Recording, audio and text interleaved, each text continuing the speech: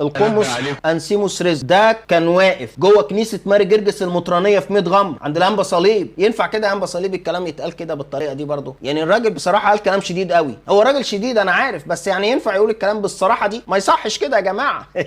يعني كنتوا حاولوا تظبطوا الكلام شويه. بقى عليكم تنبيه مهم، كلكم تفتحوا ودانكم وتفتحوا قلوبكم وتفتحوا عقلكم. اللي يروح عند البروتستانت لاي سبب ترتيله مش ترتيله كلام فاضي من ده محروم من التناول.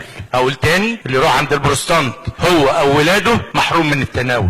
احنا مسيحنا غير مسيحهم، احنا ايماننا غير ايمان. احنا بنقول باسم الاب والابن والروح القدس، هم ما يعرفوش دي، ما بيقولوهاش. يبقى نروح نمشي وراهم ازاي؟ نبيع مسيحنا عشان هدية او عشان اي حاجة؟ لا حل ولا بركة ولا سماح لاي واحد يروح عندهم هو ولا اولاده يتناول هنا. واضحة دي؟ ما تشوف يا حضرة الباشمهندس نجيب الله يكرمك، ما تشوف المشكلة. هو الراجل مات، بس ممكن تشوف الانبا صليب. يعني ممكن تشوف كده الانبا صليب وتشوف الشباب المسيحيين اللي بيروحوا للبروتستانت بياخدوا هدايا وبتاع. ليه بيبيعوا مسيحهم يعني؟ ما توحد يا فندم الكلام ده. مش هنتكلم كتير ونقول الفروق ايه والحكاية ايه، هنقول بوضوح عشان ما حدش يقول ما هم بيقولوا يسوع. ما يقولوا يسوع بتاعهم غير يسوع بتاعنا، المسيح بتاعهم غير المسيح بتاعنا خالص. ما عندهمش اسرار، احنا عندنا اسرار. واضح الكلام؟